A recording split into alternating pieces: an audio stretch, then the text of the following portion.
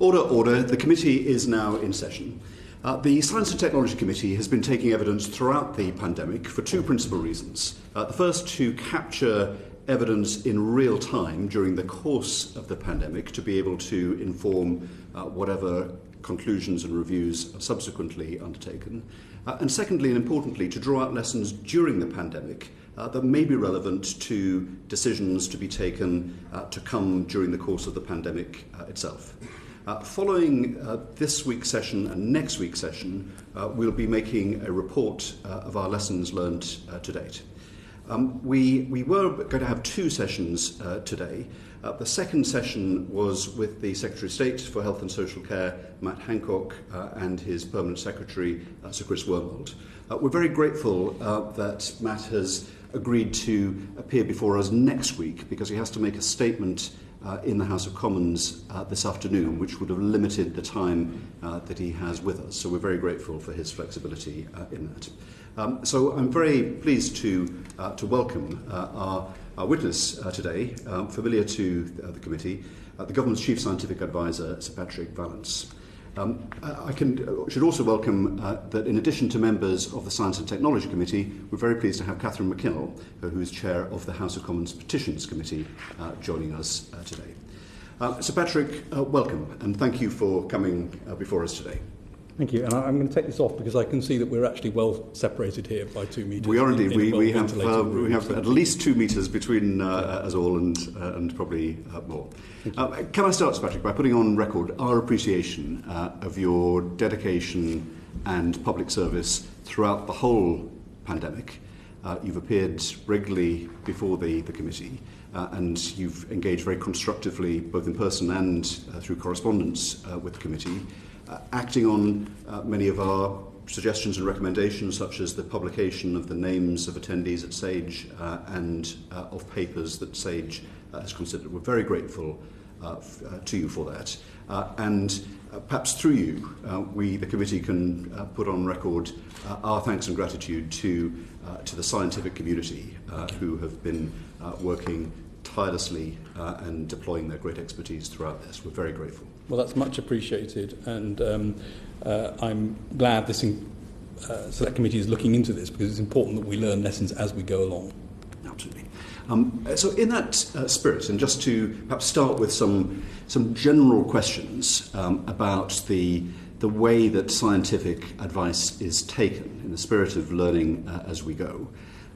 We have, as we know, some of the very best scientists in the world. You've invited many of them to participate in SAGE discussions. Have you found that they've been willing to accept? Have people responded to the call? Yes, everyone that we've invited to participate has accepted, and clearly we have different people at different meetings, so it's not a membership organisation, it's an organisation that invites people to join as we need them. Some have been at virtually every meeting, others have been at fewer.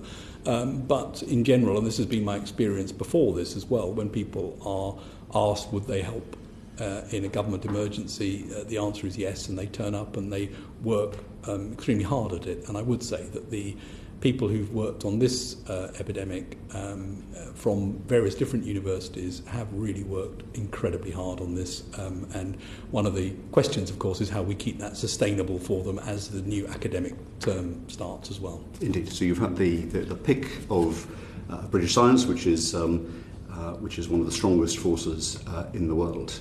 When you last appeared before the committee, Patrick, you said that there were no significant instances in which the government had chosen to go against SAGE's advice. You quite rightly made a distinction between policy decisions and the advice, but you reflected, and the Chief Medical Officer did subsequently, that they could think of no significant instances in which the government had chosen to go away from that advice. Is that still true? Does that assessment still hold true? Are there any instances in which the government has gone against SAGE's advice? So you're absolutely right to draw the distinction that SAGE is an advisory body. And of course, the ultimate decisions are a mixture of policy and timing, which are not in our control. Those are things that others have to make decisions around. And in general, what I can be absolutely clear about is that those making policy and decisions have heard and understood the scientific advice. That I'm in no doubt about.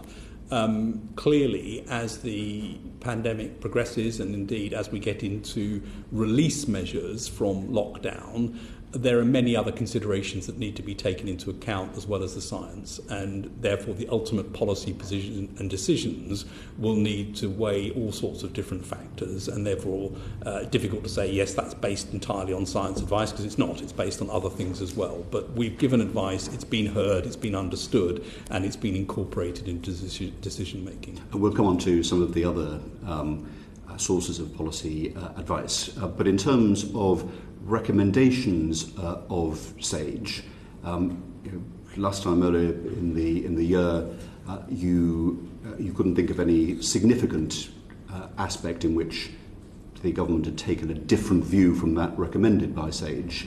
Is that still the case? Well, I think it's absolutely the case that government has taken the advice and understood it. And I'm trying to think of an example to express why this is not as you go into more complicated discussions, it's not a straightforward yes-no, in the sense that what we're doing is laying out scientific reasons behind options from which people can choose. And overlaying that with economic and other considerations is the job of government. Clearly, if the government had done something which we said, you should not do that, we would stand up and say, you absolutely should not do that, in our opinion, from the science. And that is part of the independence of SAGE. It's part of the independence, and it's worth remembering that the membership of SAGE is a group of people who come largely from outside government, who are independent and are not paid and are not contracted, and therefore they give their views freely and frankly. So reflecting as science does, and you are personally one of the most eminent scientists in the country. You're a lifelong scientist. Science is rigorous in confronting theory with evidence. So if we look at the structure of the taking of scientific advice, we've got one of the strongest science bases in the world. People have been willing to serve. The government has explicitly said that it would follow and be guided by the advice. There hasn't been an occasion in which SAGE has felt moved to speak out in public because the government was proceeding without that. So all of that would imply a very strong system for navigating through this pandemic. And yet the UK's response to the pandemic is not the most admired in the world, if I can put it that way. So in your role, have you begun to think about what might be the reasons for that? Yes, we think about that a lot, and clearly there are things that we do as we go along to keep learning from what's going on, and we're in regular contact with many international partners. I think, as Chris Whitty has said before, it's very difficult to know exactly where we stand at the moment. It's clear that the outcome has not been good in the UK. I think we can be absolutely clear about that. It's also clear that you can see a band of countries that have done less well in the temperate zone, countries that are very well connected internationally, countries that have got population structures which are of a certain type. So there are many factors, I think, that are going to play in as we look and say, well, what is it that makes some countries having done worse than others? And there will be decisions made that will turn out not to have been the right decisions at the time. I'm sure about that as well. I mean, this is going to be a number of factors that need to be taken into account. The other thing I would say is one lesson which I think is a very important one to learn from this pandemic for emergencies in general is that data flows and data systems are incredibly important. You need the information in order to be able to make the decisions, and therefore for any emergency situation those data systems need to be in place up front in order to be able to give the information to make the analysis and make the decisions. In order to gather data, you need to have tests, yes. Do you not? And therefore, in terms of the lack of testing capacity, we might come on to talk some more about that. It obviously has a medical dimension as to knowing who has the disease or not, but it has an information dimension as well to understand the spread and the patterns and who the virus affects and how. And that is that the implication of that? Well, that's certainly one. It's absolutely the case, and I've said it before, that it would have been absolutely preferable to have had a much greater testing capacity early on. But it's not just testing. It's basic information flows around patients in hospital, around rates of admission, rates of movement. Those sorts of things are important parts of this as well, and making sure all of those systems work. And going forward, it's going to be a number of things from local areas to make sure that we've got the right information flows to make decisions. Those are critical things to be able to get right in this. And testing, was if you go back and look at the minutes, was a preoccupation right at the beginning. We kept saying we need to get more testing capacity in place. We being Sage need to have more testing capacity in place. And of course, it's important to note that the capacity and capability of the public health system needs to be right in order to do this as well. Just in terms of those data flows, one might have expected, given that we have a national health service, that we would be advantaged in this country in having data flow, and yet you cited as one of the reasons why our performance might not have been as good as it otherwise could be. Is that right? Have I? Well, I think the National Health Service does provide a fantastic opportunity to do this, and the data flows are really getting much better now. But at the beginning, there were definitely times when we would have liked data that was difficult to get, and that's not surprising in a way, because although it's a national health system, it doesn't have centralised data flows on everything you need, and I doubt that's true in many other countries as well. So I think an improvement in data flows is a key part of management of this and indeed other emergencies as we look forward. Thank you. That's very helpful to know when it comes to making recommendations for the future. In terms of testing, we'll come on to this in more detail. Who's responsible for testing strategy? Testing strategy is the responsibility of both Public Health England and the Department of Health, and in terms of how the testing was used and what the priorities were, that was CMO who took accountability for organising that. And so when you said we, and which you clarified to be SAGE, had said consistently that we needed more testing capacity, that is clear from some of the minutes of SAGE meetings. Did you make that case explicitly to Public Health England and the Department of Health? Well, Public Health England and DH are obviously both attendees and observers at SAGE. So was SAGE sufficiently muscular, can I put it that way, in saying we need more testing capacity and it's not coming through quickly enough? Well, there you're straying into operational and management matters. I mean, SAGE is an advisory body, and advisors can advise, and decisions need to be made as to what the outcomes are. And SAGE doesn't have it can't get into trying to manage things. It just doesn't have the right constituency. It doesn't have the right makeup or authority to do that. Could it not advise that we need to have more testing capacity based on looking at other countries around the world? And it did. And in fact, if I go back to papers from the early February, for example, on contact tracing and isolation, paper, I think it was on the 12th or the 24th of February, current PHE capacity to provide it can be expected not to be sufficient or sustainable at the limits of controlling higher rates of incursions. We recommend that a practical, reasonable level of enhancement should be to enable a tenfold increase in capacity. So, I mean, there's clearly an undercapacity issue, which is well recognised, that's important to get right, and that's what's happening now with the ramp up around test and trace and the JBC and other organisations. Thank you. Just before I turn to my colleagues, just to kind of explore some other reasons why our performance, at least provisionally, does not seem to be at the level of our international reputation in this area. So data flows you've mentioned, testing you've mentioned. Let me just explore another possibility, which is that the scientific method relies on evidence. It prizes evidence, as we know.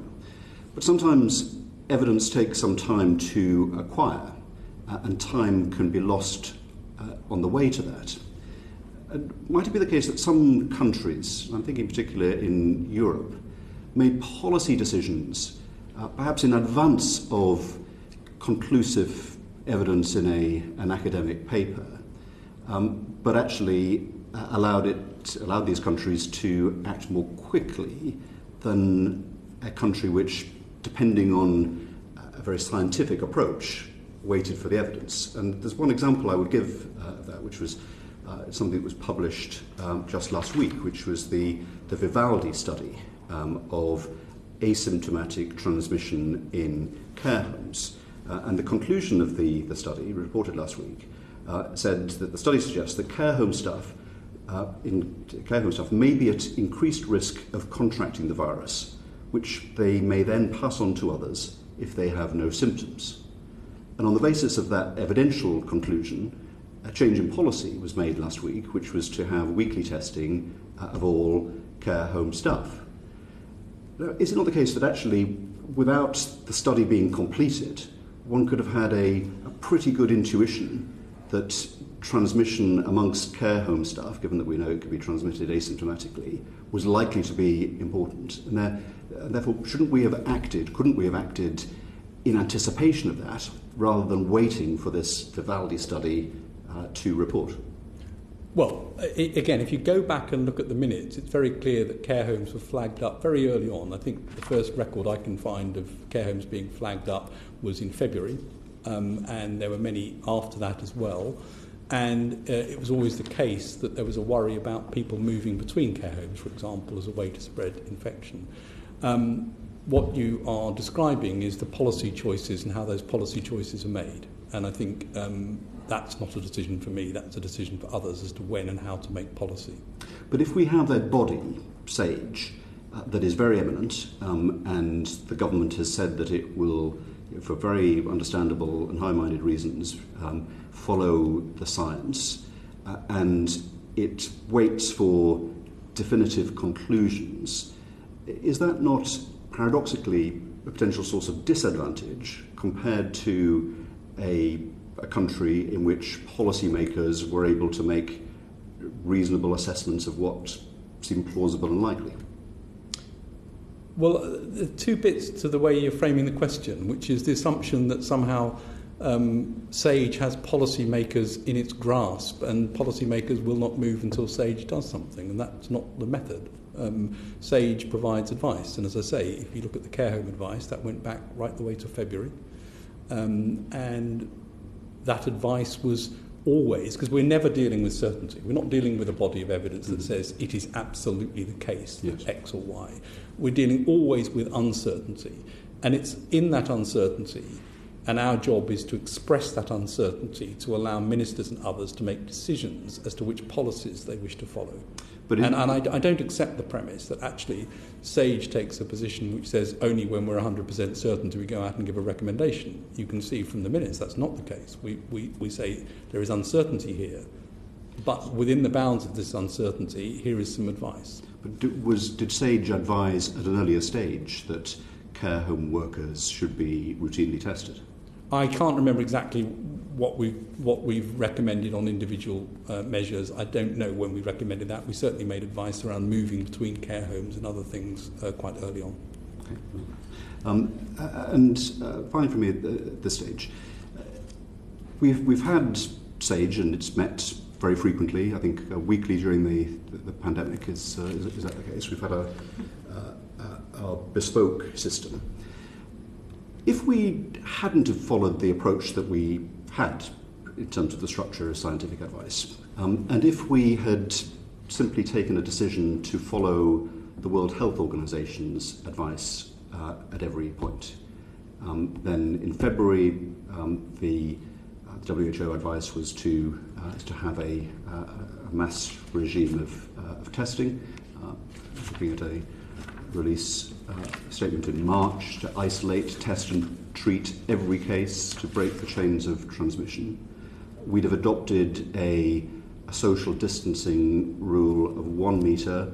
We'd have indicated the use of face masks since the 6th of June. Is there any evidence that we would have fared worse if we'd followed current WHO advice rather than having our own bespoke system of advice?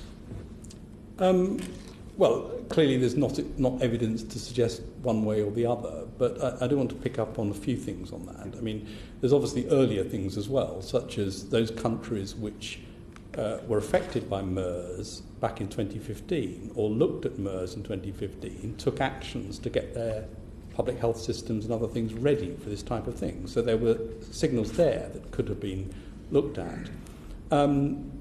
Your face mask one is a very interesting one, because if you go back, our advice on face masks was in April. And we said face masks are of marginal positive value when used in enclosed spaces where crowding may occur and you can't keep 2 metres distance, which essentially is the advice that WHO have come out with, and is essentially the advice that now forms the basis of policy. So I don't think it's the case that we've deviated from WHO in terms of the advice, and we were rather ahead of it in terms of that particular piece of advice. And similarly on testing, it was clear very early on that we wanted testing ramped up. But again, I think there's a danger of confusing operational accountability with scientific advice. So in terms of the face masks, obviously there's been the announcement that they're to be mandatory within shops. Are you saying that the SAGE advice was there in April and the policy decision has only just caught up with that advice? Well, the SAGE advice is there in the public domain to read, and it says when face masks can be of value. Now, it's true that in April and during lockdown, of course, the value of the face mask is rather minimal because most people aren't going out. So it is sensible to think about timing, and this comes back to the point you raised earlier on about material differences between SAGE advice and actions. Timing is a different question, and timing now as we go into release of measures is a sensible time to start thinking about what other mitigating factors you want to put in place. And so, again, for example, making the workplace completely COVID secure in the middle of lockdown would have made no difference because nobody was going into workplaces. It clearly is important now. So I think the timing one, again, is a policy question. Thank you. Let me turn to my colleagues, starting with Aaron Bell. Thank you very much, Chair, and thank you, Sir Patrick. Reiterate the thanks of the Chair to you, your colleagues, and the scientific community. If I could just briefly follow up on that face masks point you were making. I think we all recall the Deputy Chief Medical Officer sitting down with the Prime Minister saying how face masks could be not beneficial, and this was before we went into lockdown. Was that based on SAGE advice as well, and therefore has the science changed? I'm not sure the science has changed dramatically, actually. There's sort of accumulating evidence. It's still not overwhelming evidence, and there are really 3 lines of evidence on face coverings. One is experimental mechanistic work. In other words, if I take this mask and start looking at droplets and so on, do droplets go through it? Or how do droplets get distributed? Or how does aerosol get distributed? And those studies all tend to show, yes, masks can stop things going through them. So they show a high level of protection. And then there's a second level of evidence, which is around clinical trials of what happens when people do or don't wear them. And there the evidence is much weaker. In other words, you don't get 95% protection as you might do if you tested that mechanistically. You get some protection, and it varies according to settings. And then there's observational studies, which we're now seeing, which is what was the impact when masks were introduced in country A or country B, or in environment A or B. Could you see a difference in the rates of infection? They're quite difficult to interpret, because usually the intervention isn't a single thing like a mask. All sorts of things, other things changed at the same time.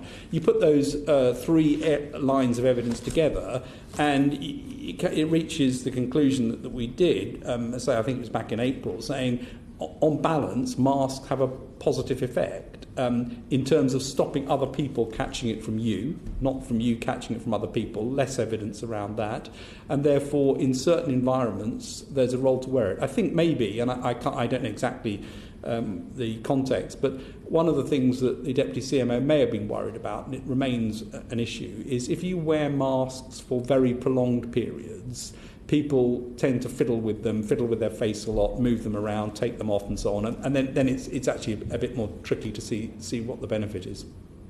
Thank you. And just again on that, there's been some suggestions that one of the reasons that the Deputy CMO and presumably by extension SAGE were setting that position out in the first place was to discourage people from buying up all the supplies of face masks at the time.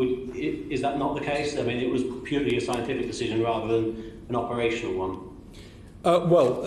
Again, I think it's quite important to recognise that SAGE doesn't give all of the scientific advice. SAGE is a group to give certain aspects of scientific advice in certain settings. So not every utterance on science comes through SAGE or is approved by SAGE. And there's a whole system of public health and other things that make decisions based on science, which they've got all sorts of reasons to do. I think it is the case that there was a real concern, and I think the CMO was clear about this, that the situation in which medical grade masks are clearly of value and very important is in healthcare settings, and therefore there was a priority to make sure that those healthcare settings had those masks. I think that is clear. If I could turn now to immunity going forward, what's the latest scientific evidence, what's the latest understanding of SAGE on how long the immune response lasts and what are the implications for our future strategy? Yeah. What's become much clearer over the course of this outbreak is that the vast majority of people who get COVID get an antibody response. So in, for example, an outbreak setting, it looks like it's probably 95% of people get antibodies. There are papers suggesting a bit less, but it depends on the sensitivity of assays. But the vast majority of people get an antibody response. It looks like most of those antibody responses contain so-called neutralizing antibodies, so antibodies which would be expected to actually reduce the ability of the virus to cause an effect. It also appears that in some cases, it's not clear what proportion, in some cases antibody levels seem to drop after about 3 months or so, or in the run-up to 3 months. So antibody responses may not be long-lasting. That does not mean that some form of immunity is not long-lasting. So we've got other parts of the immune system. We may have memory cells on the B cell side of things. We may also have T cell responses, which are important, and we don't know. So there's much we still don't understand about immunity, and we don't know to what extent a positive antibody means that you are protected against the virus or indeed protected against carriage of the virus. So we know more, but lots of things we still don't understand about immunity. I say we do know now that most people get an antibody response. Thank you. I'll hand back to the Chair because I know we're short of time. Thank you. I think Andrew had a question on the structure of scientific advice. Is that right? Yes, thank you. Thank you, Sir Patrick. And thank you, Chair. You've been at the central to a unique set of circumstances. Obviously, it is the first time we've dealt with this matter. I just wondered yourself what lessons you have learned to date as you reflect about the next stage that we have to manage, or indeed future pandemics. Well, lots of things, and we're in the process of really taking a deep look to see, what are the things that we must concentrate on and get right. Things that I would reflect on. Number one, as I say, in any emergency, and I think this is an important lesson across not just pandemics, but every emergency, data. Must have the data flows, must understand data ownership, must understand how data is going to get to the people for the information you require. So that's point number one. The second is that when I look at the structure and the way that SAGE operates, it's never been set up to work for 47 meetings. We were meeting twice a week for most of this, And we need to think about how to make that work. It's largely volunteer academics who've helped out. They've gone over and above to put their advice into the system and to help in all sorts of ways. I think we need to think about resilience of that system. The third point is that, and it really speaks to the last question to some extent, the science system across government and across agencies needs to be robust. SAGE is not the science system, it is a science advisory body. And so science within Public Health England needs to be in the right place, science in departments needs to be in the right place. There needs to be enough in order to be able to take the science advice, or indeed other science advice, to feed in. And the other thing which I think has been important, two other things maybe just to mention. One is that it's been really important that other bodies have stood up to be able to give science advice as well. So, for example, it's been incredibly helpful that the Royal Society has set up its groups to feed in. The report from the Academy of Medical Sciences that we commissioned on winter, very, very valuable. Royal Academy of Engineering have been fantastically helpful around aspects of engineering advice and so on, really useful. And then my final comment is, and it speaks to some extent to the point the chairman was raising on the docking mechanism of science into policy and operations. And I think it's really important that that works effectively. Traditionally for SAGE, that mechanism has been via the Civil Contingency Secretariat and into COBRA. And obviously in a long-lasting episode like this, other mechanisms have had to sort of be invented in order to make that happen. And I think that's a really crucial area. Thank you. I think we look forward to hearing more about that another time. So I'll ask one more question and then we'll just move on. Is there any part of you, as a champion and an esteemed scientist in your own right, that makes you worried that science has perhaps been overweighted in the conversations around how we as a government and as a parliament have managed this pandemic?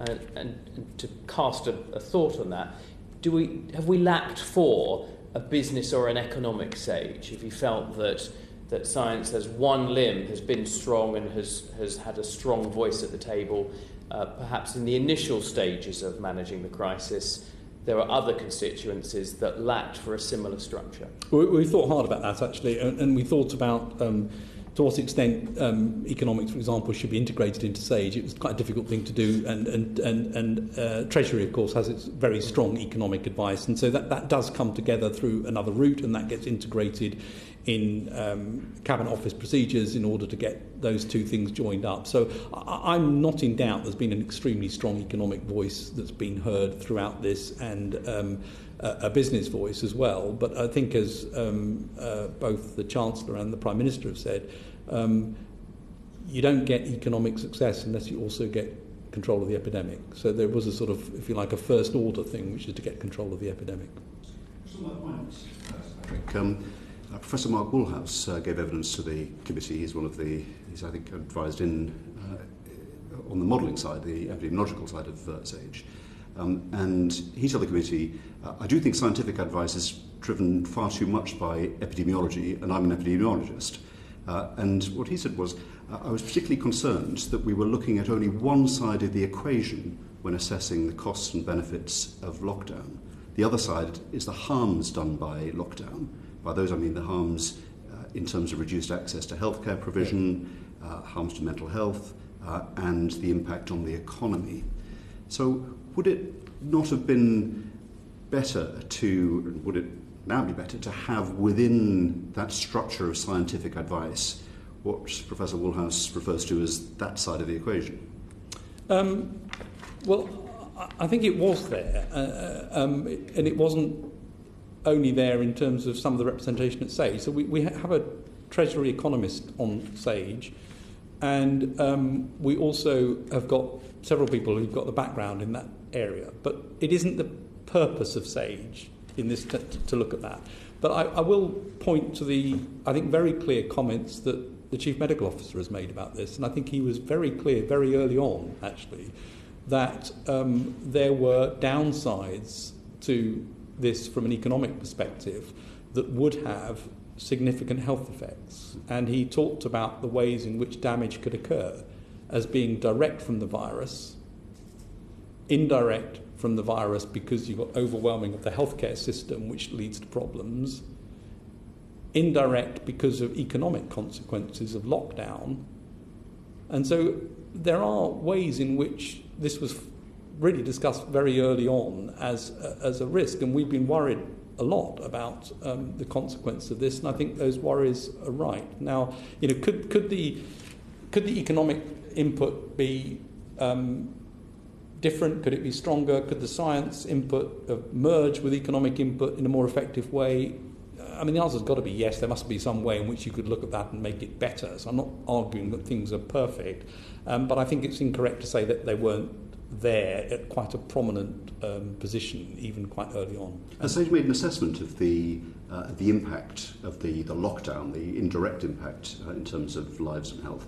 Well, again, I think CMO has really been pretty clear about this, that the way that this should be looked at is overall excess deaths. Because if you look at overall excess deaths, then you're looking at the integrated effect of the virus itself with all the other reasons that people may have suffered as a result of this. And there's a lot of work going on that, trying to get a good handle on that. It's not an easy thing to look at when you compare across countries because people measure these things differently. But I think it is crucially important. And we do need to understand the impact of that. And it's very clear that lockdown itself carries risks. And those risks are both physical health and mental health. And presumably they express themselves in terms of excess deaths, sometimes over the very long term. They may be very long term, and we've had groups looking at this, led from both ONS and other parts of the SAGE group to say, how do we get our handle on the excess deaths and what the origins of those are? Thank you. Dawn Butler, and then Mark Logan. Thank you, Chair, and thank you, Sir Patrick, for all of the work that you're doing. The World Health Organization is rethinking how COVID-19 spreads in the air. 239 scientists from 32 countries talk about floating virus particles that infect people who breathe them in. Do you agree with this science? We do, because we said that in April. And one of the signatories to that letter is the chair of our environmental modelling group, Kath Noakes. And if you look at the papers, we've argued from the beginning that there are three potential routes of transmission: aerosol, which is the one that the WHO is talking about now, droplets, and surface contact. So I think it's clear that all those three are things that need to be taken into account. What we don't know, and interestingly, we do not know this for flu yet either, is what the relative importance of the three different routes are. So that, I think, is the really crucial thing. If it turns out that 90% is aerosol, which I think is unlikely, then that would change things in terms of how you approach this. So it's the relative contribution rather than is any one of them important. We think all three are important, and the advice that we've given, with bounds of uncertainty, has been based on an assumption that all three routes can occur. The one that we don't think is such a big area, and the WHO doesn't either, is a very widespread airborne transmission of the type you can get with measles and so on. We think that's less likely to be an important factor. Absolutely, because I understand that it can stay in the air for up to an hour. So just to ask you, if there was a queue of 300 people in a line, would you want to be at the front of the line or at the back of the line? Well, all sorts of questions there about where you want to be in a line anyway. But I think if it's outdoors, the risk of transmission is low, and we see that. And we also see from some of the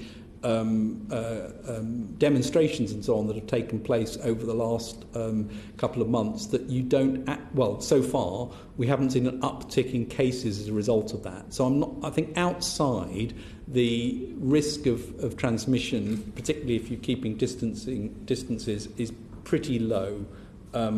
Inside, if you were in a big queue and that queue wasn't distanced, then it shouldn't be taking place. Thank you. And sorry to interrupt. So, for three actions, can you rate them for me? And I'm specifically referring to Parliament, actually, and how Parliament is currently voting. If you could advise the government, would you advise the government that members of Parliament should vote online wear masks or stay in a line of 300 people whilst voting? How would you rate that advice to government? Well, I think science advice here is not policy advice, and therefore my advice is, as is laid out in our papers, that when you're indoors, if you cannot distance and you run a risk of being crowded, then you have to have other mitigating measures. And those mitigating measures can include ventilation, face covering wearings, hence I was wearing a face covering when I came in because I didn't know what the situation was when I walked into this room, hand hygiene, making sure that you are apart from people, and ideally 2 metres apart still remains the optimum if you can do that. And so I think those are the sorts of measures that can be put in place in situations where you can't actually avoid doing an activity. I think the policy on how you do that is not my decision. Thank you. Okay. Thank you. Mark Logan. Yeah, I understand that. I think the science advice is clear. Thank you, Chair. I had We'll come back, Don. You'll have another chance. Mark Logan. Patrick, just my thanks for everything you and the science community have been doing throughout the pandemic. And I just have a few questions around face coverings or face masks. Just out of interest in the face covering you were wearing at the beginning of the session, what sort of special features does it have? Well, it's a fairly standard cloth face covering. Got a nose thing to make sure it doesn't slip off my nose, and it's got several layers. How often, this one, would you suggest, how long would you wear that for? Do you wash it, or is it just single usage? Well, I think you should wear them for short periods. As I say, I don't think it's something you can wear all day in indoor environments. There's some evidence for that. And yes, like my other clothes, I wash it.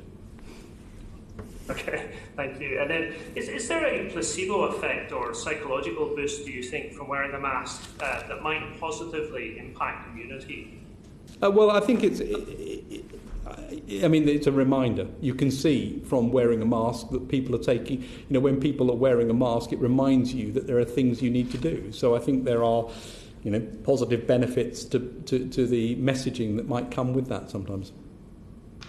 Then I'm interested to ask just that YouGov and Imperial College London had polling recently which showed that the uptake of wearing masks in the UK was much lower than a lot of countries that they polled. And then I did my own polling on Facebook overnight where 470 people in Bolton, actually I found that 71% of people support wearing a face mask in shops, for example. So what do you think explains this kind of divergence between the actual practice of wearing masks in the UK and people's intentions?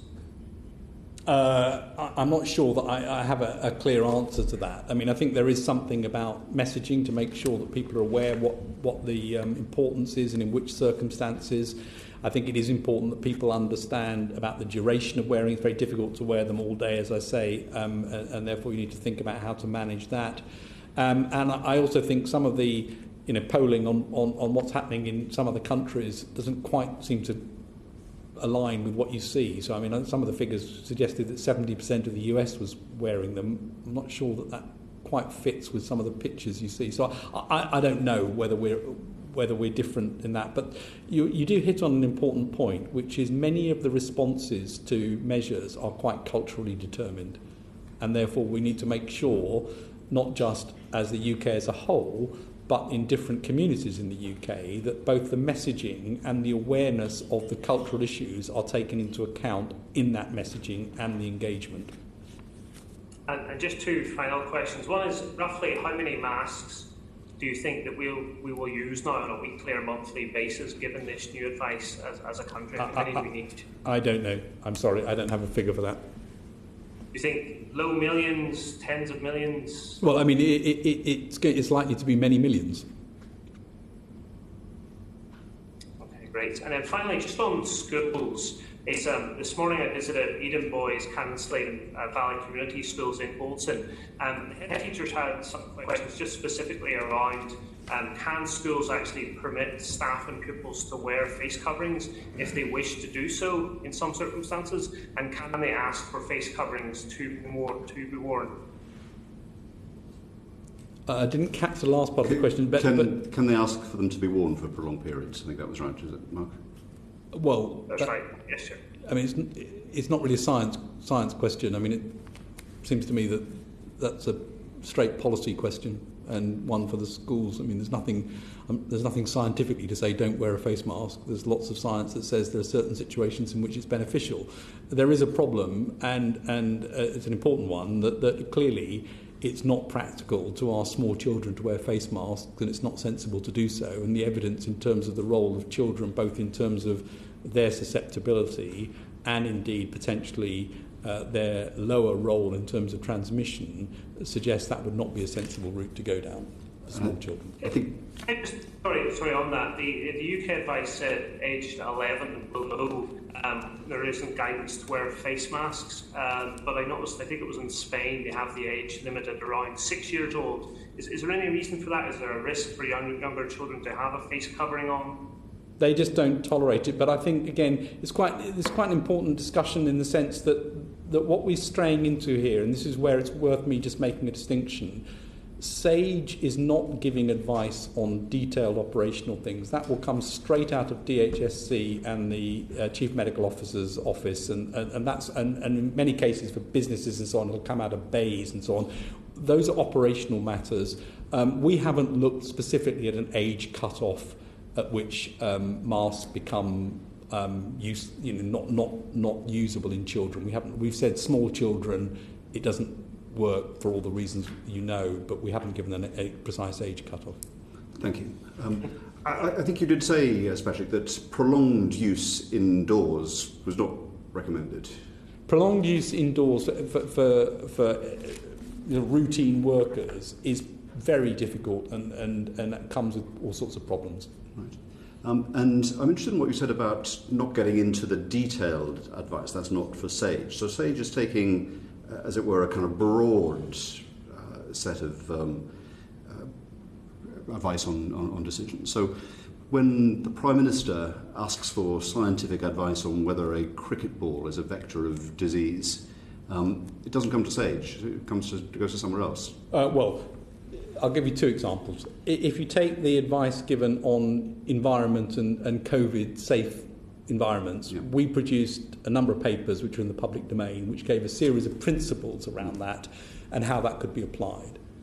What we didn't do was go and say, in this particular office configuration, it needs to look like this. I mean, that's obviously something that is a much more detailed operational matter inside a department or indeed inside a business, and that's where the science advice in departments need to step in. In terms of cricket ball, no, cricket ball did not come to SAGE. Right, thank you. Graham String. Sir Patrick, as a scientist, I was always taught, forget your hypotheses, forget your theories, your ideas, look at the data. And, because having preconceived ideas can distort the way you look at things. When we went into this, scientists in this country were looking at data coming from China, which showed a doubling of the infections every 6 or 7 days. When you looked at our data closely, the infections death rates were doubling every 30 hours to 36 hours. Why didn't you and SAGE advise the government to change their attitude? Because if you'd looked at that and given that advice, the lockdown might have happened earlier. Okay, two things on that. The first is quite an important one as we look back and try and decide what should or shouldn't have happened, is we focus on lockdown, whereas actually there were a series of steps in the run-up to lockdown which started with isolation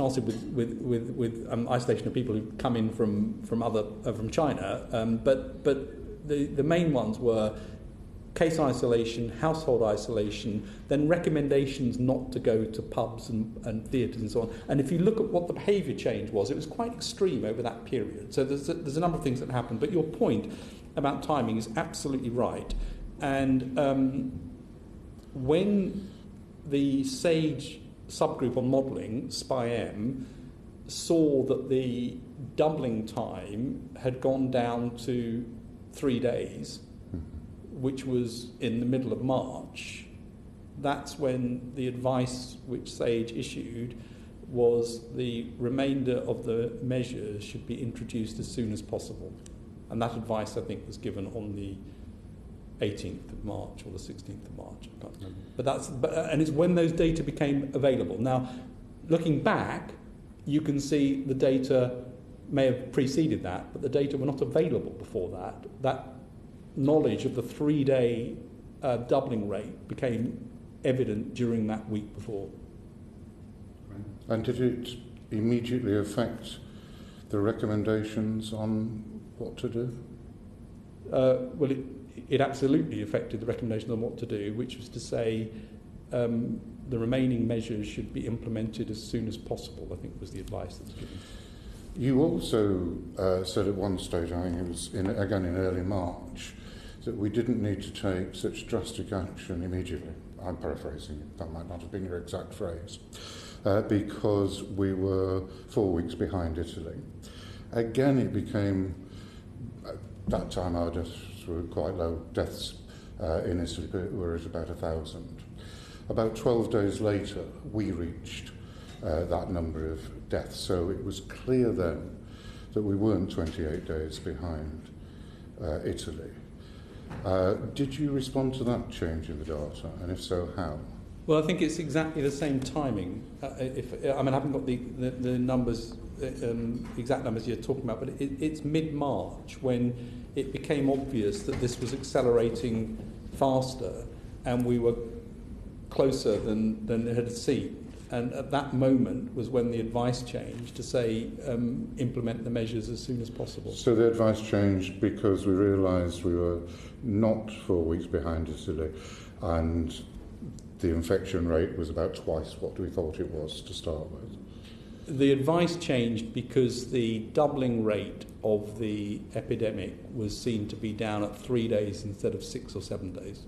That's what it was. I mean, we didn't explicitly say how many weeks we were behind Italy as a reason to change. It was the doubling time and the realisation that on the basis of the data, we were further ahead in the epidemic than had been thought by the modelling groups up until that time. Those figures indicate, which has always been stated by people, I guess, who couldn't define what exponential meant, that this disease was increasing exponentially.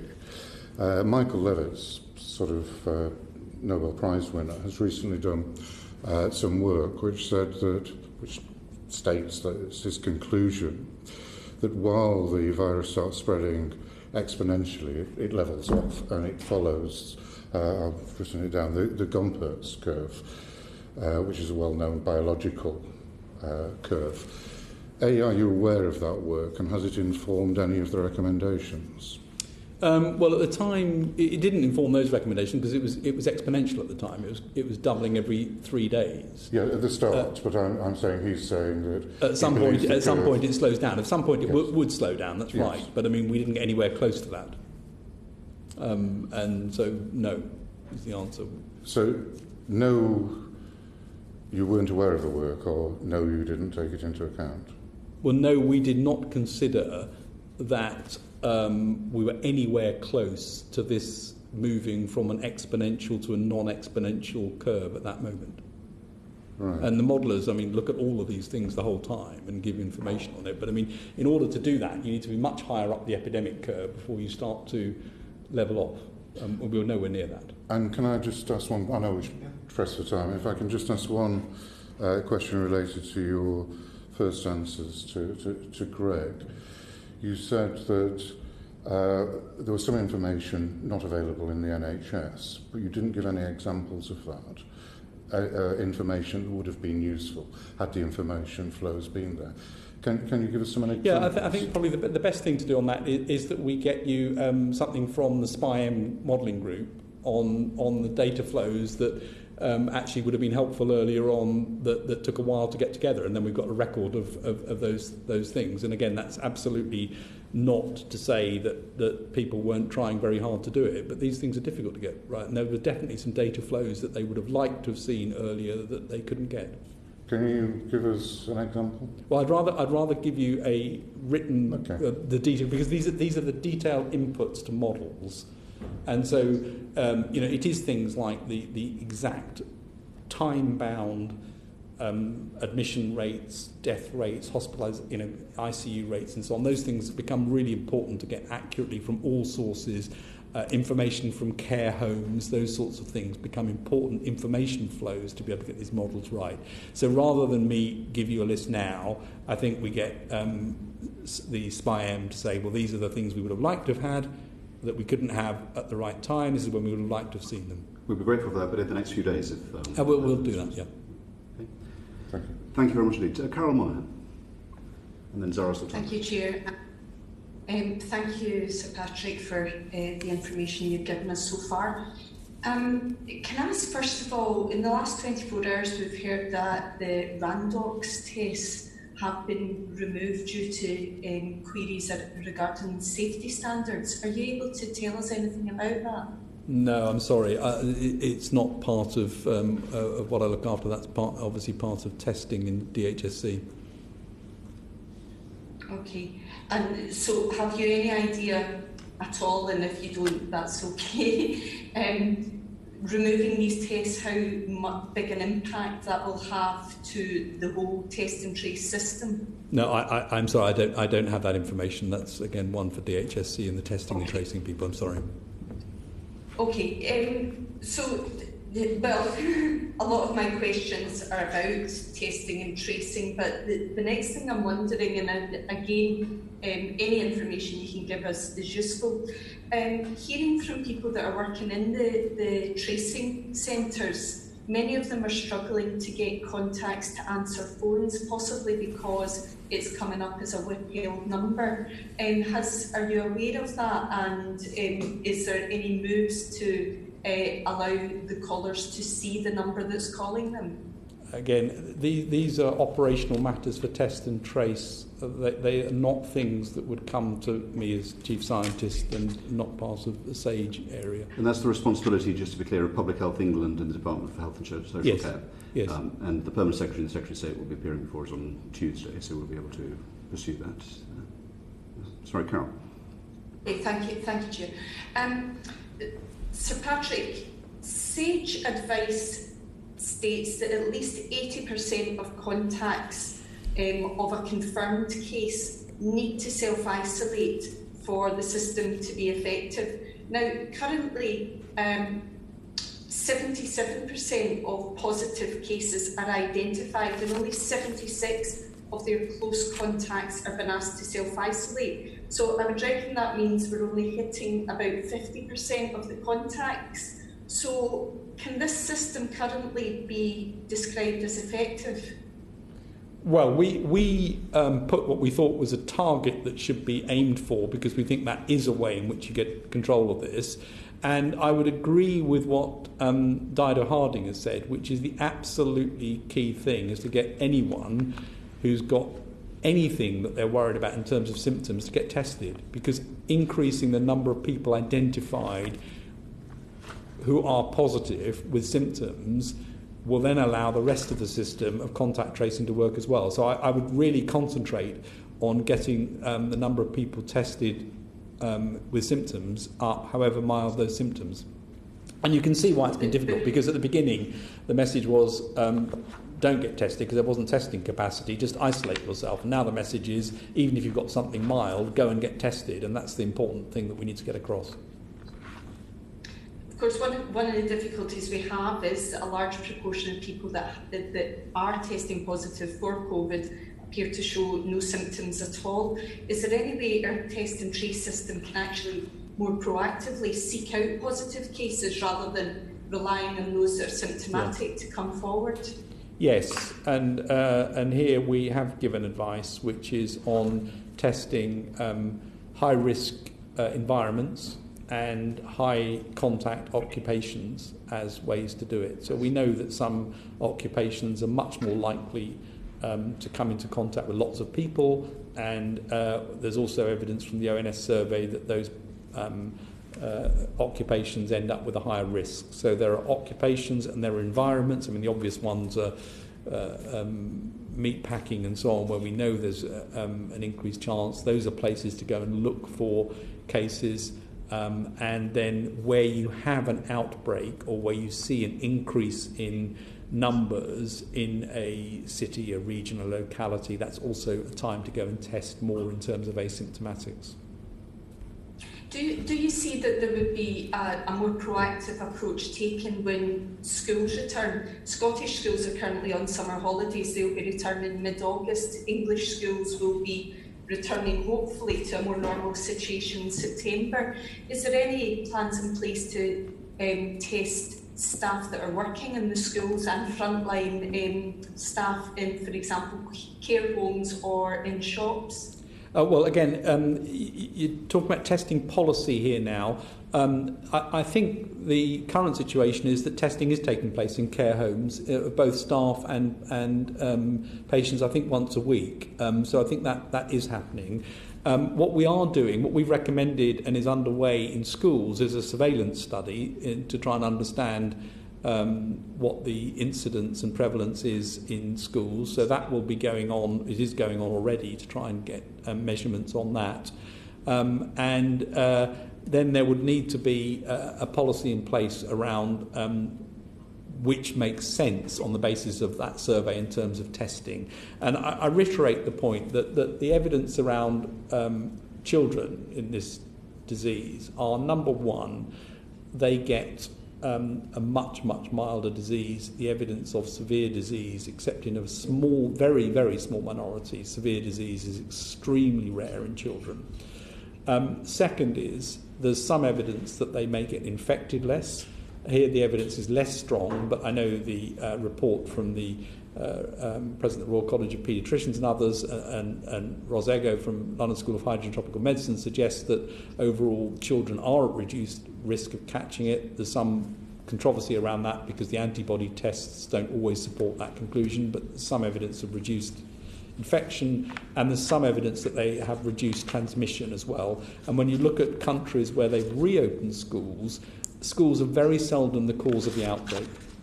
They're quite often the consequence. In other words, you get an outbreak in an area and a school gets infected, but schools don't seem to be a major cause of the outbreak wherever they've been looked at. Thank you. Can I come to Zara, Carol? Yes, thank you, Chair. Thank you very much, Carol. Zara Sultana. I've got a few questions, but just to start off, Sir Patrick, how would you define a second wave of COVID-19? Well, we're not. When people talk about second wave now, actually, what I think they're talking about really is a re-emergence of the first wave. All we have done is suppress the first wave, and when you take the brakes off, you would expect it to come back. That is not the same as the classic way that people think of second wave, which is when the whole thing's gone away down to low levels, it comes back again next year. And that's sort of the seasonal thing that's been seen with pandemic flu, for example, in 1918. And we don't yet know whether this is a seasonal virus, but there are some, I think, pretty strong hints it may well be. And so a second wave is more like this thing going around the world and coming back again. What we're dealing with now is a suppressed first wave, I think. And what is the likelihood that the UK will experience a second wave? And what would you recommend the single most important thing being to avoid that situation? Well, I think there's a very high likelihood that come winter we will see an increase in cases. And I think that was described very effectively in the Academy of Medical Sciences report, which we commissioned. I think that's likely. That's you could argue that's the tail end of the first wave, still there, coming back. And I think it's quite probable that we will see this virus coming back in different waves over a number of years. UCL and London School of Hygiene and Tropical Medicine researchers argue that fully reopening schools in September and parents returning to work without an effective test and trace programme could trigger a second wave. Do you personally agree with these findings, and do you think schools are adequately prepared in terms of contingency planning for a second wave or even localised lockdowns? Well, I don't, again, depending on the definition of second wave, I don't think schools are going to trigger a second wave. But any measures that you release could allow a recurrence of the first wave, as it were. I think everyone, including the representative of the London School of Hygiene and Tropical Medicine on SAGE and the modellers from there, believe that schools are relatively lower risk than other things in terms of opening. One of the important areas that we need to look at is to make sure there's enough room for schools to open, because we absolutely know that there are risks to keeping schools shut. So I think SAGE, the modellers, and the consideration from the subgroup that we've got working on schools is very clear that we think that reopening schools is a priority. It's important for children. The President of the Royal College of Paediatricians, again, Russell Viner, has been clear that there are unwanted health and both mental and physical health problems with keeping schools shut. And schools, for the reasons I've said, children are at lower risk, and actually teachers are more likely to be at risk from other adults and sitting in small coffee rooms and so on with other adults than they are from the children themselves. Thank you. I'm just going to ask some questions just about the app. So in a committee session that we had on the 24th of April, Professor Whitty said that contact tracing done the old-fashioned way, i.e. not using an app that takes a lot of the heavy lifting, is unbelievably labour-intensive to do. Do you agree, and how can a test and trace system effectively work without an app? Well, contact tracing is very labour-intensive, and it exactly goes back to the point I made earlier on, that the test and trace system, or the tracing system that was in place actually in February, was not one that we didn't like. We wanted more of it, but it was very difficult to scale that on the basis of what Public Health England was able to do at the time. The app can help. I think a well-designed app that works, you could imagine, could help. Just worth reflecting, though, that the modelling that's been done suggests that if 30% of people were using it, you'd roughly have a 9% increased detection rate. So, you've got to get very high levels of use in order to get significant effects, which is obvious, because what you're trying to do is to pick up those contacts which you wouldn't pick up from memory, but you'd pick up because your phone or whatever had told you were close to somebody. So I think there is an absolutely a role here, provided this can be done properly. And it hasn't been easy anyway. I mean, the idea that lots of people have got great apps working on this is not correct. I mean, they've got some aspects of great apps working.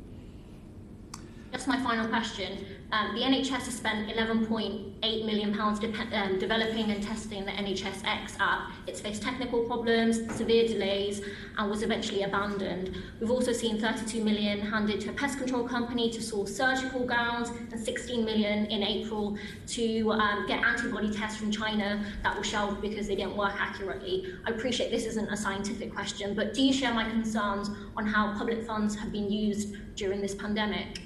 That sounds like a question for the Secretary of State for DHSC to me. Fortunately, he's coming on Tuesday, so I'm sure Zara will ask that. Patrick, do you think people should no longer work from home if they're not vulnerable or living with vulnerable people? I think my view on this, and I think this is a view shared by SAGE, is that we're still at a time when distancing measures are important, and of the various distancing measures, working from home for many companies remains a perfectly good option, because it's easy to do. I think a number of companies think it's actually not detrimental to productivity, and in that situation, absolutely no reason I can see to change it. We have discussed the importance of the indirect effects through the economy. Yes. And the Governor of the Bank of England is reported to be concerned about people working from home.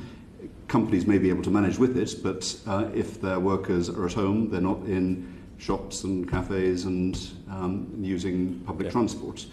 Has that Has that been part of your assessment in making this review? We haven't been asked specifically to look at that question, but it clearly is part of the assessment, and that's where the integration of the economic, business and science comes together, and I've certainly been involved in those discussions. It's urgently needed, isn't it, that assessment? Sorry? It's urgently needed, that assessment. That is exactly what's going on in Cabinet Office with Treasury, and those things have fed into the decision-making process.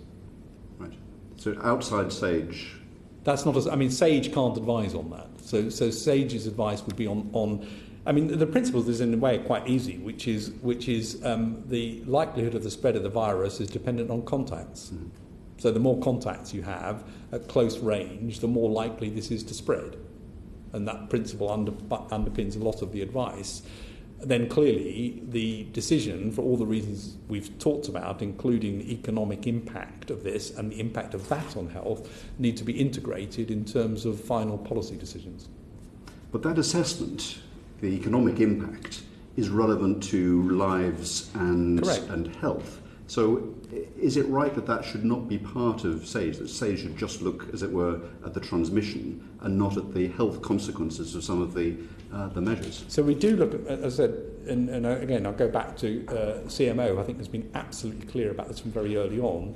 The health impact of lockdown and measures we consider, but not in a modelling sense. We're not modelling that. We can't, because we don't have the economic modelling. But that is done, and that is then integrated at a Cabinet Office level in terms of the people around the table, which usually or always includes either CMO, me or both of us, or other scientific representatives to make sure the epidemiology and the other side of it is properly understood in relation to the business and economic decisions that need to be made. I see, thank you. But I think it would be wrong to think that that's a way that SAGE should do that. I think it's going to become a very big distraction to what SAGE needs to concentrate on.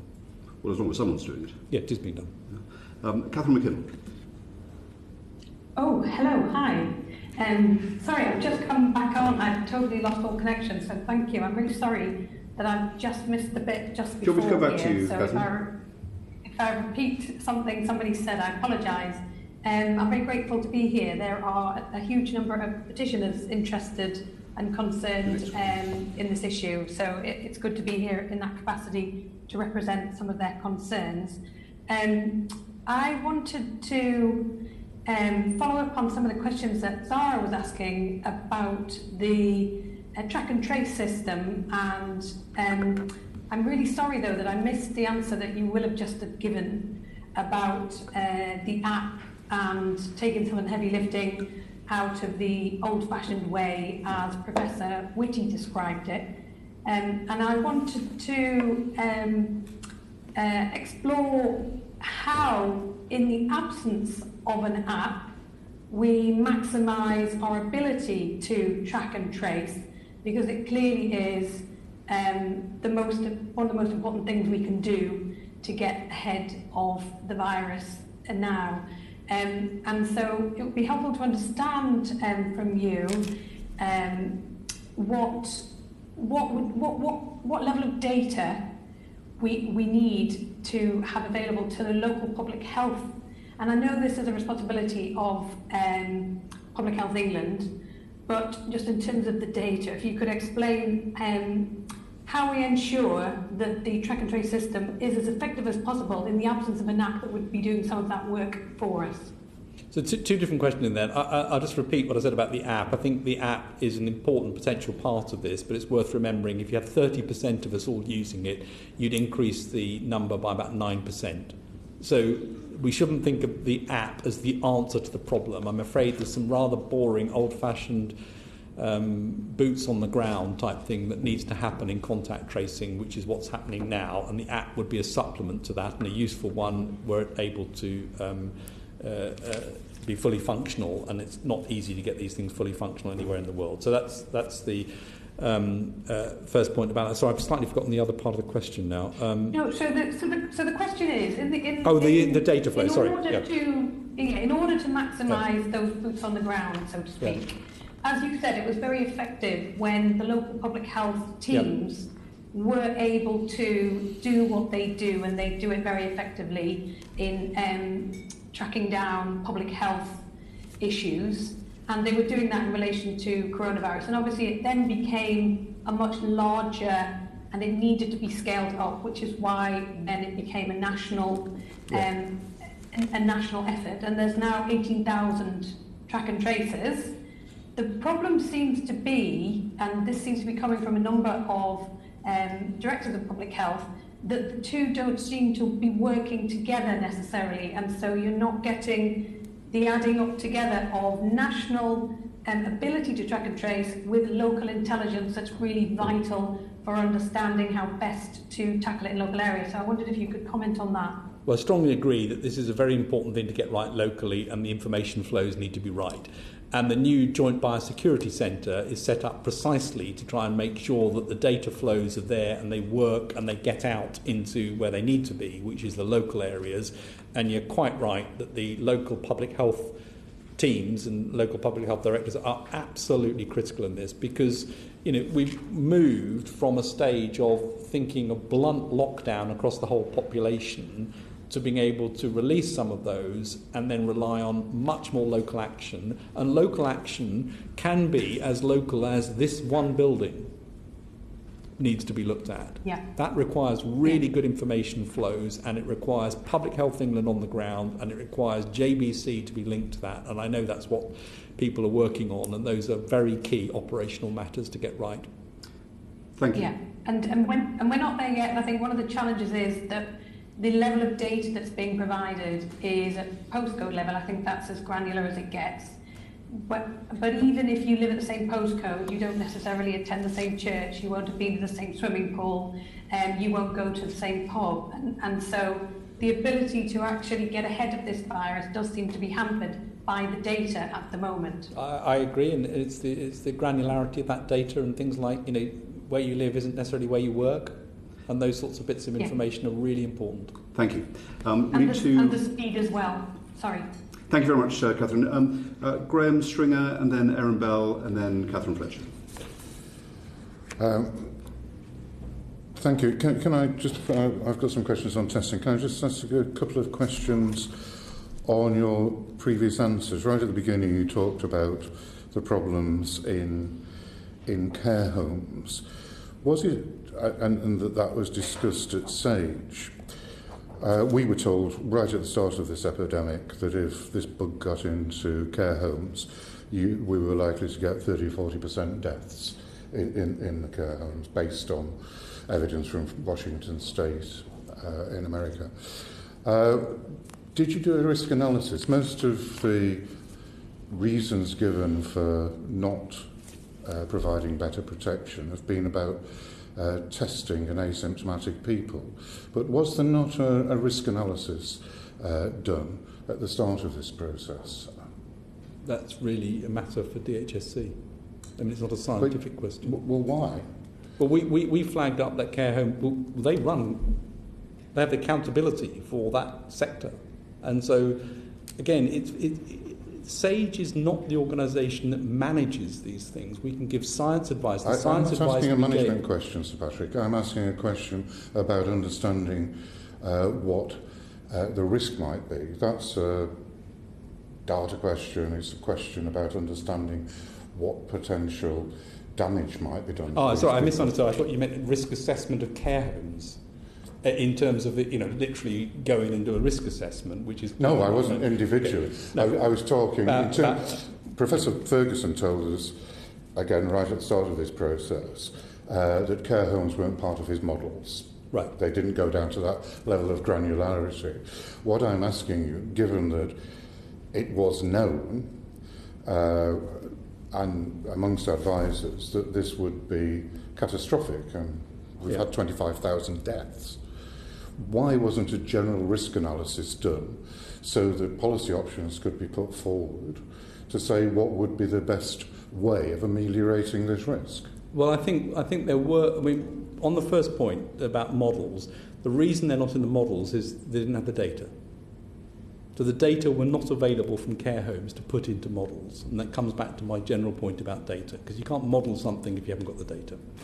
And then in terms of was risk identified, risk was identified. And there are papers showing the risks, the sorts of risks, and again it comes back to some basic principles, such as people working between care homes is a risk, imported cases are a risk, spread within care homes are a risk. So those principles of risks were described, and therefore those are things that need to be taken into account. And you can see this was clearly the case, by the way, right the way across Europe. But there were no policy decisions. There was no action taken, was there? I mean, what were the recommendations? We know there was a risk. We were told if the virus got into care homes, there were likely to be very many deaths. But there seemed to be no process between knowing that basic fact and people on stage and scientific advisors saying, right, if that happens, what policy options are we going to recommend to government? We don't recommend policy options. Well, I don't want to fence about words, but what advice we can give to government? I've just listed some of the advice we gave, and I think how that is utilised is not a responsibility of SAGE. Now, we give the advice is laid out clearly, the advice is in the public domain, people can see the advice that we've given in these matters, and then it's a matter of operationalising it, and that clearly is not an accountability of SAGE.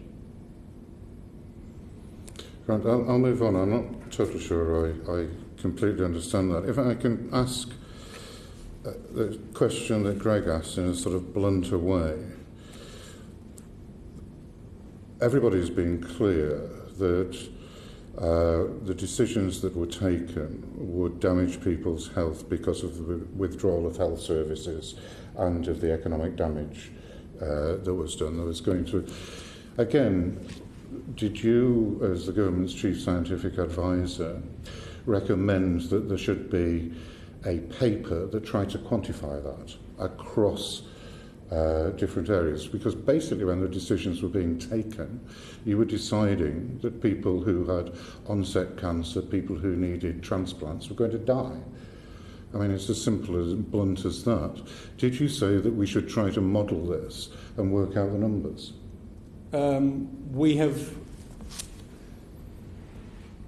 We definitely flagged that the economic risks to health were significant, and CMO flagged that on numerous occasions, and that was well understood by Treasury, and we have pulled together groups of economists and epidemiological economists to talk about measures for preventing spread which take into account both economics and epidemiology with a number of meetings. I don't think we ever said that somebody needs to crunch those numbers on the economic side. We did, however, ask for a piece of work on excess deaths taking into account the economic impact. So that was commissioned as a piece of work for SAGE. And has it been done? Yes, it was done, yeah. Because in order for the government to make sensible decisions, I mean, the excess deaths at the moment, look at it, to be about 65,000. They need to know what the other side of that equation is. And I would have thought it was the role of scientific advisors to say, at the start, this is likely to lead to so many deaths because of direct infection, and then this is going to lead to so many deaths because the health service, or large chunks of the health service, is cut down, and poverty kills, basically, if people lose their jobs. Yes. And was that was that quantified? Yes. There was a piece of work done on that by the National Statistician. And what were the numbers? I can't remember the numbers off the top of my head, but the National Statistician did a piece of work on that for SAGE, and that's, I think, must be in the public domain already. Right. We'll find that. Move on, Graham. Okay. So again, we'll go to Aaron, and you've got a couple of questions on I've got a couple of questions on testing, but we can come back to them. We'll just come back to that. So Aaron Bell had something on monitoring and surveillance, I think. Thank you, Chair. Just to talk about the current monitoring and surveillance, Sir Patrick, what's the current time lag in R values for the country as a whole and for individual regions? To put that into an example, are we already able to detect the effects of the relaxations that we made on the 4th of July? Time lag for the R values that are published is roughly 2 to 3 weeks because they rely on a number of inputs including hospital admissions, ICU, deaths and so on, of which there's an obvious time lag. So the R is a lag indicator. There are ways in which you can do R which are more concurrent. So, for example, there's one particular approach run from another school of hydrogen and tropical medicine called COMIX, which looks at contacts. So it's not looking at outcomes, it's looking at a contact survey, which gives you a more proximal measure of R. And the ONS survey, which is measuring infections, gives you, again, a more proximal measure of R. So it depends which value you're taking. The other thing I would say is that as numbers come down and are much, much lower, R becomes progressively less useful as a measure for the simple reason that it jumps around a lot with a few cases here or there or an outbreak, and it becomes really not a very blunt and lagging tool in which to judge effects. So in terms of communicating with the public, is overall prevalence at a given time a better measure for people to understand what's going on with the current decline and potentially the future spread of a second wave? We think prevalence, incidence, outbreak measures, those sorts of things are more relevant going into a lower overall prevalence state than R or growth rates are. And given those time lags you spoke about and the alternative measures, what's our best early warning signal of a second wave? Would that be through that data that you've just spoken about, or are we going to have a time lag before we realise that we might be in a second wave? No, it's looking for things like increased number of positive tests as a proportion of total testing, sort of thing that was done in Leicester. That's exactly why the Joint Biosecurity Centre was put in place, to be able to monitor those sorts of numbers through test and trace, and use a number of... what we recommended from SAGE was a number of different data streams should be used to look at this going forward, including that, but you could imagine other things as well, such as monitoring absenteeism rate and so on, gives you early signals as to where something's happening. But at the moment, it's based on testing. And are those data sets and data streams, are they some of them publicly available, all of them publicly available, or is it mostly private? I think the intention is that they should be public, but again, that's for JBC and Test and Trace to comment on. Okay, thank you very much. Thank you. I'll turn to Catherine Fletcher next, but just on the R number. Have I got this right in that if we get to a position, say we had one person infected with COVID in the country, and they infected 5 people, perhaps they're on the Isles of Scilly, the national R number would be 5. Correct. And yet, so therefore, it seems to me a poor guide to policy. What you want to know is the prevalence, the number of people, where they are, how containable it is. Why has R had this iconic, almost mythical status? Well, it did early on in the epidemic because it was the right thing to measure there, and as you may have noticed with the language I've used at the podium several times, it's not the right thing to be using now, and it's been true in every country. I had an exasperated call with a colleague from Germany who was talking about how he was being asked to give R values every day and how they jump around and don't make any sense. And the latest bit that we've got on our website is low case numbers and or high degree of variability in transmission across the regions mean that the estimates are insufficiently robust to inform policy decisions. So we agree. Very good. Thank you. Catherine Fletcher. Hello, Patrick. You've been at this a good while now, since half 2, and I am aware that it's not living the quietest 4 months of your life, so I very much appreciate your time. I was hoping to pick us up from where we currently are to look at treatments and vaccines and to understand what SAGE's view on the likelihood is of those and what we can look forward to as additional measures apart from just transmission spread.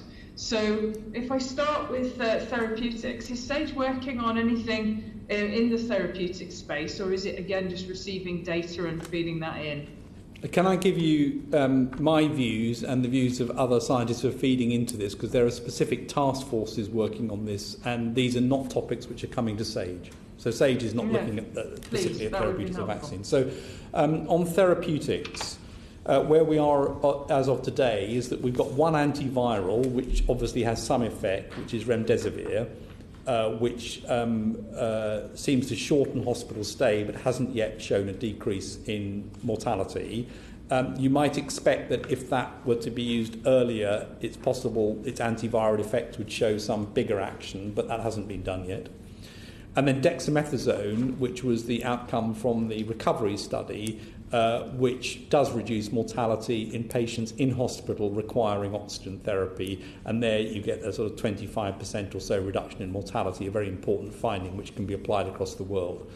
There are more studies to read out. So there are studies from generally existing drugs that have been repurposed for this, and those should read out over the next few months, which may give further examples of where you can use drugs to try and reduce mortality. And then there are new drugs coming along. So, for example, there are antiviral drugs which are now much more designed for this virus rather than the other ones which were designed for another virus and have just been tried on this one. So there are protease inhibitors and messenger RNA polymerase inhibitors which are coming along, which may have a bigger effect. So in the therapeutic space, a lot to be done. One of the things that we need to do in this country, I'm absolutely sure about this for winter, is to make sure that as many patients as possible are enrolled in clinical trials, because that's the way we get the answer. It's the way we found out hydroxychloroquine didn't work. It's the way we found out the way that dexamethasone did. So clinical trials, very important for winter. Vaccines. May I just, I apologise for interrupting you, but I think it's worth actually highlighting what a remarkable effort the British public have made in participating in these trials to date, and how they're contributing to science that is not only helping the British public but the world. I'm sure you'd want to put your thanks to them on record as well. Absolutely, it's brilliant. I mean, the recovery study had over, I can't remember exactly what the numbers are now, it's 12,000 or more patients enrolled. It's absolutely impressive, and that's people volunteering to be in trials, which is a fantastic sacrifice to say, yes, I want to help somebody else by being in this trial. That compares with, for example, the WHO Solidarity Study, which is a multinational study, which I think has currently enrolled about 6,000 people. Incredibly impressive that what's been done with recovery. Vaccines, there are, I think, over 100 vaccine projects across the world. And there are some that are in the clinic and are leading. And the one which is at the front at the moment is the vaccine from Oxford, which is in phase 3 clinical trials in thousands of patients. That's a fantastic position to be in, and the UK has got itself well sorted out, and I was very involved in this at the beginning and stay close to it, in making sure we've got a wide range of vaccine options with different mechanisms, different approaches, because we don't know which one's going to win, or indeed whether more than one will win. All you can say is, and this is a bit gloomy, but it's true, the most likely thing for any single vaccine programme is it won't work. Catherine? So you need to make sure you've got enough of them in order to do it. And I think we're in a pretty good position. Well, just let me understand very quickly, when are you making any assumptions about any one of those multivariate bets coming off in terms of the way the scientific advice is being structured to government? Well, the Vaccines Task Force, which Kate Bingham leads, is absolutely looking at what are the options, what are the modalities, where are they in the proof stage, how far advanced are they, what are the manufacturing implications of this, and how does that feed through also into vaccination policies. There's a very integrated approach to looking at the overall options and making sure that we get the chance not only to be part of testing them, but also, of course, access and application of these vaccines. Doesn't mean we're going to get a vaccine, doesn't mean we're going to get one soon, but we've got the bets covered, I think, in a very strong strategic way. We're giving ourselves the best chance of getting something. But our approach right now is not making an assumption that something's going to appear over the horizon. No. We know we're well placed for that, but we're planning as if we don't have it. I think our assumption is we won't have it, and then when we get it, we'll be thrilled.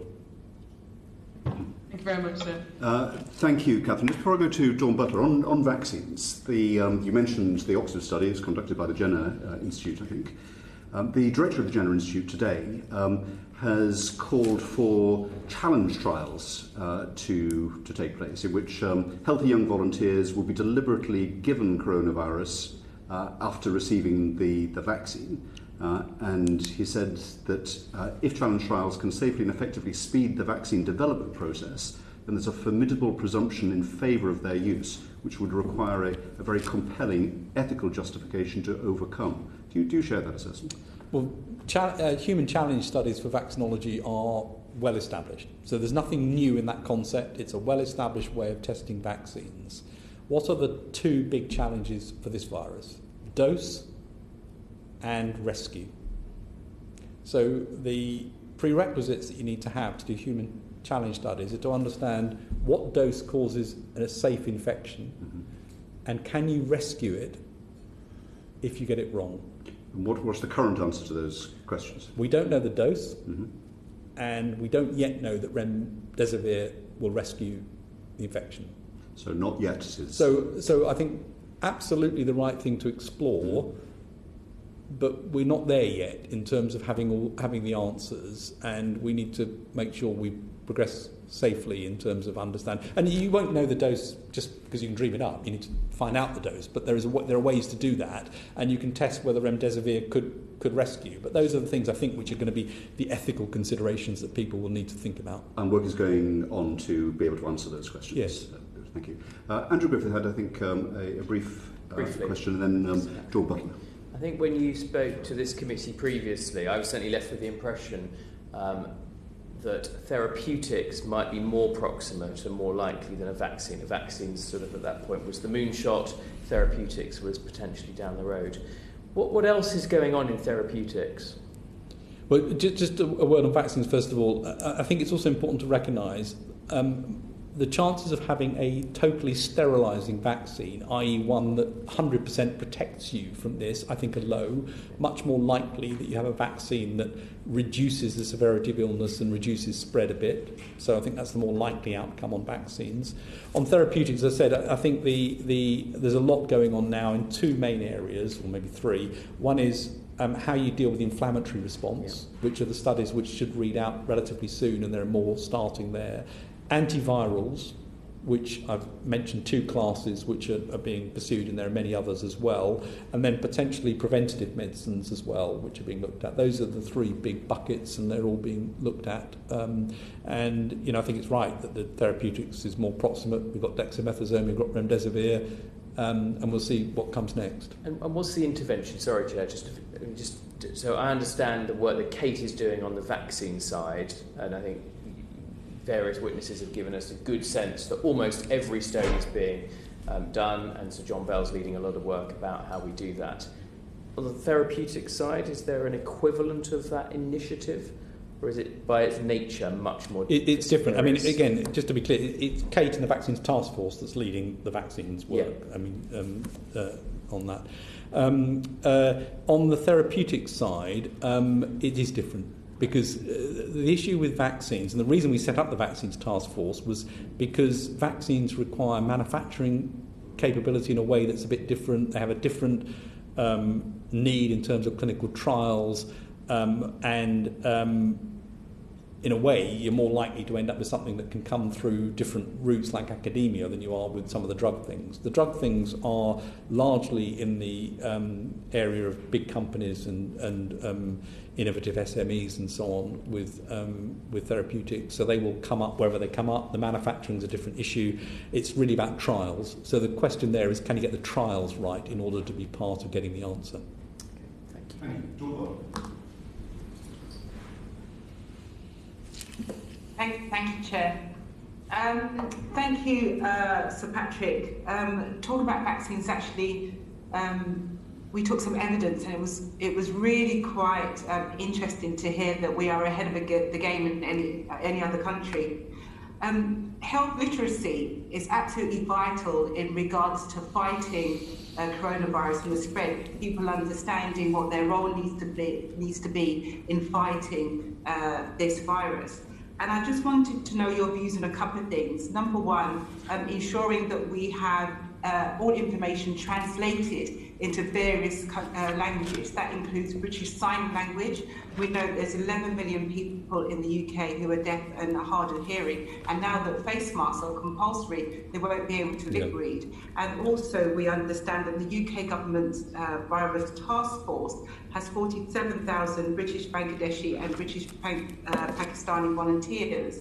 And I'm just wondering your views on making sure that all of the information is provided in different languages to help the science and to help combat the virus. Yeah, we've said, and our behavioural science subgroup's been very clear that that is absolutely essential, and have gone a little bit further to say that many of these things need to be co-created with those communities. In other words, it's not a translation problem, it's actually how you get proper co-creation. And the third thing is that I think very often community leaders need to be engaged with this as well, because it's not simply a sort of information, I've given it to you, it's done. It's an engagement process. So we strongly agree with that. And the report from the Academy of Medical Sciences, I think, made a very important recommendation, which is that there needs to be a strong and comprehensive public information and engagement campaign in early autumn in preparation for winter. So strongly agree with your point. And the face mask, people being able to lip read when face masks are widespread? Well, I don't know what the answer to that is. I mean, it clearly is a big, one of the many big issues. There are others as well. So, for example, I've had colleagues, respiratory physician colleagues, who've spoken to me to say that their patients who've got chronic cough for other reason find themselves being stared at and shunted out of shops and things because people think they should be at home isolating, whereas they've got a reason to have a chronic cough. So I think there are some quite important things to look at here in terms of how we deal with all of these areas and how we make sure that we don't end up with people being selectively disadvantaged. And it's striking and incredibly depressing that this virus has not only exposed inequalities, but it has exaggerated inequalities. And that is a very important thing for us to keep in mind in everything we do. Absolutely. Dawn. And just one practical question. Mobile testing units. Should we not have mobile testing units at large workplaces where there are, say, 1,000 people or so, or 500 people? Would that not help in regards to understanding the virus and how it spreads? And if you take Parliament, for instance, we do have an issue with potentially creating super spreaders. And so having a mobile testing unit in Parliament, even if it's just on an ad hoc basis, will help you in tracking and tracing if there is an outbreak of the virus. So I'm in favour of testing in occupational settings. As I said earlier, I think there are occupational settings that do benefit from testing, and we have also asked for a piece of work to be done looking at transmission in different environments. It's going to be led out of Health and Safety Executive, but with academics involved as well, because one of the surprising unknowns, and is we don't really understand the routes of transmission of this virus, as I said, and so we've got to do much more work to do that, and occupational settings are a good place to do that. Thank you. Thank you. Thank you. I think Graham String had a couple of questions on testing. Yeah. Thank you very much, Sir Patrick, this afternoon. You've drawn the short straw, getting twice as long as you were.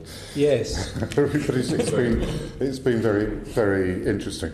I've got a couple of questions on testing, but you just said something about a major public information campaign this autumn, which I think is important. Do you think that should also include a major campaign on flu vaccination?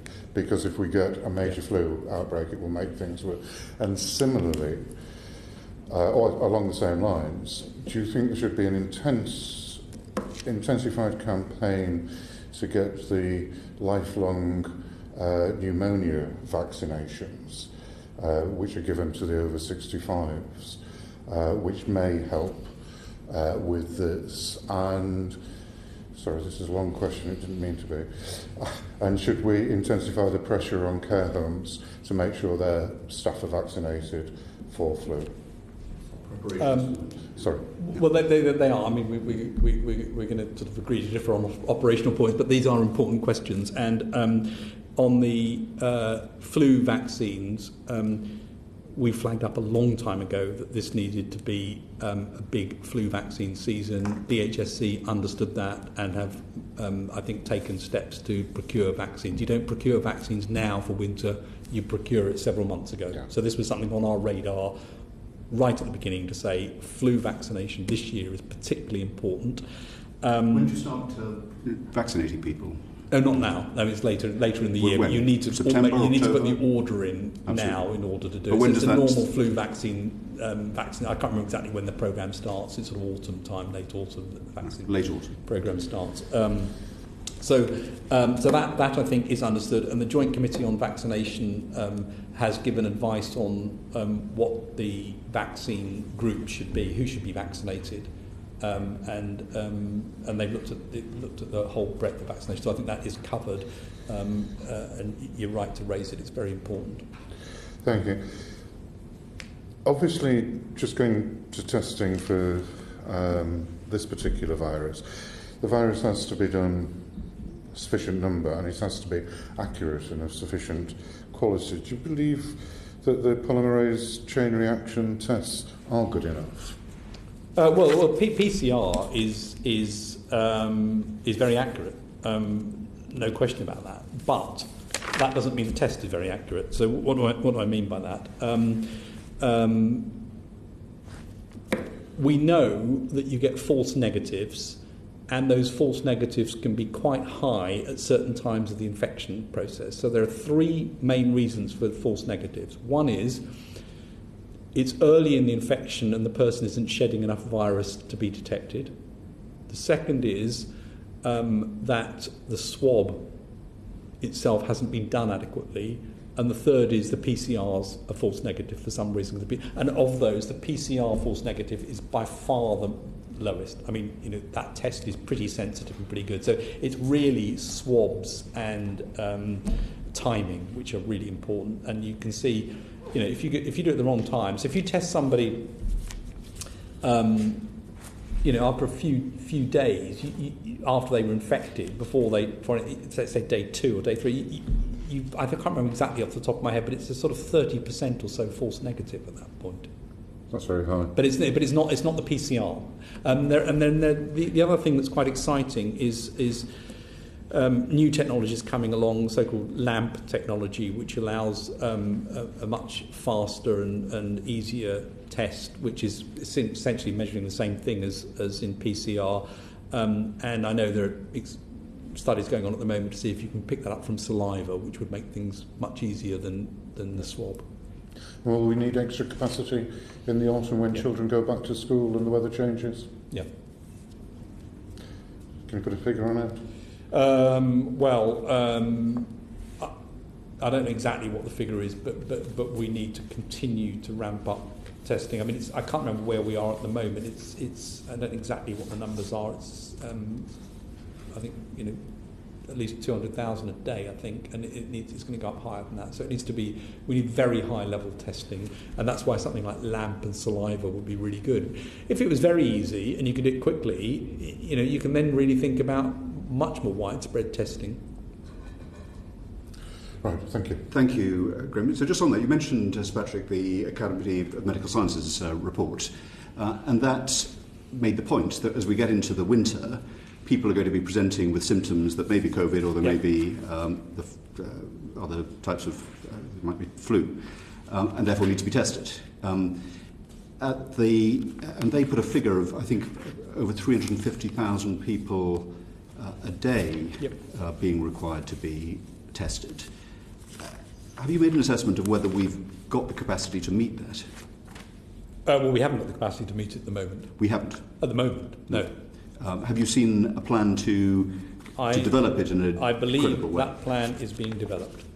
Because otherwise we're back to where we were in March. It's essential. And the other question on this is whether you can, what's called multiplex testing, so whether you could do something to test for multiple respiratory viruses at the same time, which would then allow you to say, you've got flu, you've got flu plus COVID, you've just got COVID, and triage much more effectively. And again, this comes back to the economic point, which is there's a very big risk with multiple respiratory viruses circulating that you end up isolating a lot of people who haven't got COVID. Absolutely. And because of the false negative point that we've just discussed, just because you're negative doesn't mean you haven't got it. So that's why isolation is important. So multiplex testing, where you can also get a positive on, yes, that's flu, I think becomes quite an important part of this. I said right at the beginning of our session that part of the point of asking these questions is to be able to learn lessons that inform decisions on the way. And this seems to me a classic case of this. The one thing that we've learned is that we didn't have enough testing capacity early on, so it needed to be rationed, it needed to be confined to hospitals in the first place. So this seems to be a matter of consensus now. So we must learn that lesson and apply it to make sure we have more than enough testing capacity in time for the autumn and winter, must we not? I completely agree. And do you think that is fully understood and being acted on? Well, it's fully understood and it needs to be acted on.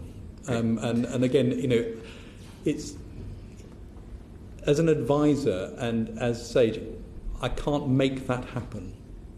But I think it's important that it does happen. I believe it is happening. I recognise that is a crucial thing to do. I've talked to you about multiplex testing as well as another thing. I've talked to you about the LAMP approach to try and get a more widespread testing. I don't think anyone's in any doubt that getting the testing right is important, and it's a fundamental reason why funding organisations like PHE and JBC is crucial. And if you look at the countries that learnt the lesson of MERS in 2015, they funded those systems well. And other countries around the world that saw what had happened funded those systems well. So the funding of our public health system is a very important part of preparation, not only for this, but for future problems. And the responsibility of that, as you made clear during this hearing, is with NHS England and the Department of Health and Social Care, and we'll have the Secretary of State and the Permanent Secretary next week, and we'll be sure to ask about that. But my the final and related question is that early in the pandemic, the committee took evidence about the projections, the modelling projections as to the number of cases that we would have, and obviously one of the pivotal judgments was whether NHS capacity would be swamped, whether it would be exhausted. Have SAGE made that same assessment of where we are for the coming winter? Well, as you know, the Academy of Medical Sciences report, which we commissioned, has done that, and it's made some assumptions around that, and we're in the middle of doing further work on that at the moment. The one thing I'd say about the Academy of Medical Sciences report is they made an assumption that R would be 1.7, just as a sort of modelling assumption. Of course, that is literally just an assumption, so we're going to go through and work and see, make sure that we've got that ready for... We read in the newspapers this morning that there is investment to be put into the Nightingale hospitals. Are we to infer from that that the normal capacity of the NHS is not going to be sufficient, so we can expect a caseload that is in excess of that standing capacity? Well, I think it's reasonable to assume that you need, to be resilient, it's sensible to have that. We don't have any prediction at the moment as to what the numbers are, and of course there are other catch-up things that the NHS is dealing with as well. So I think, again, those are really questions for the NHS, but it seems to me entirely sensible to think about resilience in the system. Absolutely, thank you. And it's been very helpful to understand the where SAGE can give advice and where it is not appropriate. So to give a final example of this, does SAGE give advice on, for example, whether it's safer to be in an aeroplane than a theatre? We would not give that sort of comparative advice. What we would do is give advice on the principles of environments and how one should do a risk assessment in environments. It may be then health and safety executive or somebody would be able to take that down to the exact level of this environment versus that environment. What we have done, though, is a piece of what we've asked for is it possible to measure COVID security in an environment, which is very difficult to do. So we are looking at what the true assessment of that might look like, and I'm not optimistic you come up with a very concrete answer. So Patrick, you've been very generous with your time. We're very grateful. I want to reiterate what I said at the outset. Our purpose in this inquiry is to try to draw lessons that can be of value during the pandemic and beyond.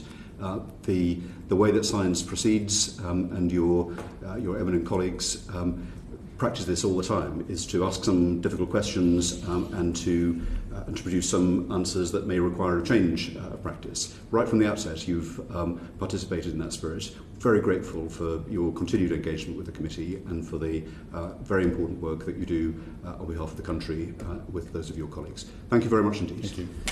That concludes the meeting of the committee.